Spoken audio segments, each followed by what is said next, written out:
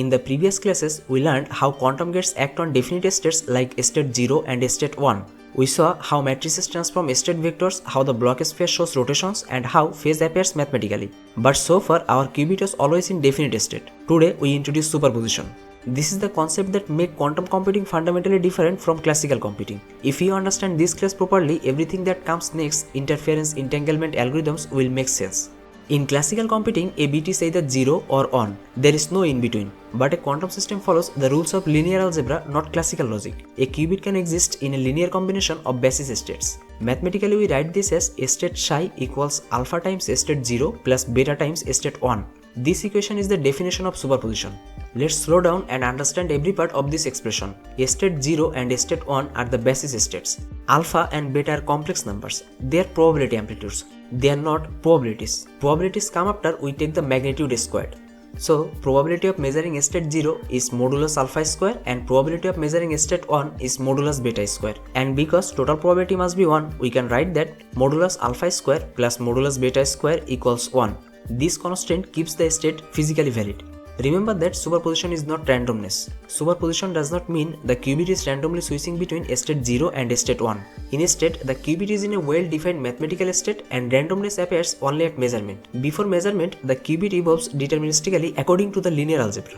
We can write the state 0 as 1 at top and 0 at bottom, and we can write state 1 as 0 at top and 1 at bottom. So we can write the superposition state psi as alpha times the vector representation of state 0 and beta times the vector representation of state 1. Or we can write it simply as alpha at top and beta at bottom. So a superposition state is simply a two-dimensional complex vector. Nothing mysterious, just linear algebra. Now we ask an important question. How do we create superposition?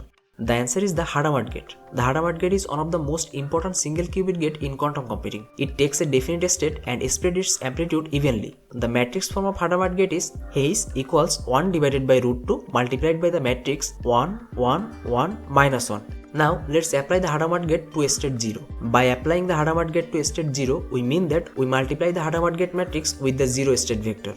After the multiplication, the top entry becomes 1 and the bottom entry becomes 1, and the vector is multiplied by 1 divided by root 2. So the resultant vector is 1 divided by root 2 multiplied by the vector 1 at top and 1 at bottom, which is our plus state. And this state can be written as 1 divided by root 2 multiplied by state 0 plus state 1.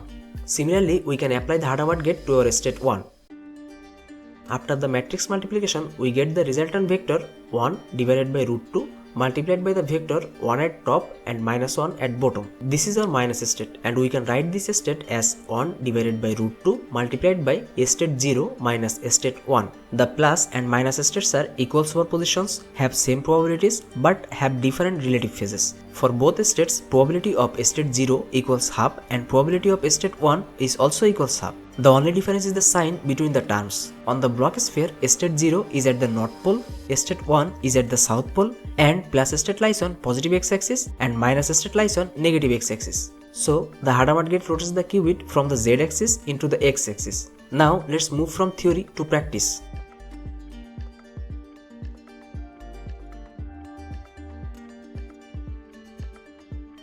In this lab, we will create superposition using the Hadamard gate. We will visualize plus and minus states, and we will connect math, geometry and code. Remember that the code is just a tool, understanding comes from the concepts and interpretation. Let's begin with a single qubit circuit. By default, the qubit starts in the state 0. Now let's visualize our initial state to see that everything is alright.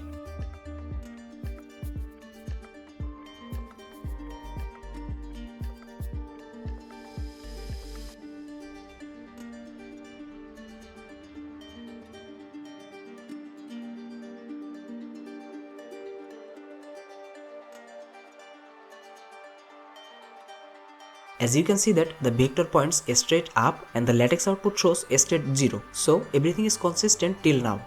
Now let's apply the Hadamard gate to our state 0. In Qiskit, Hayes represents the Hadamard gate symbol. Now visualize the qubit state again.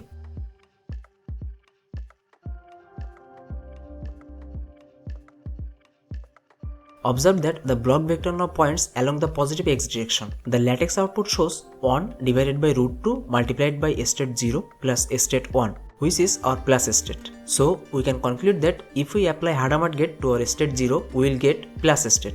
Now reset the circuit, and this time we will apply Hadamard gate to state 1. After applying the Hadamard gate to state 1, visualize the result.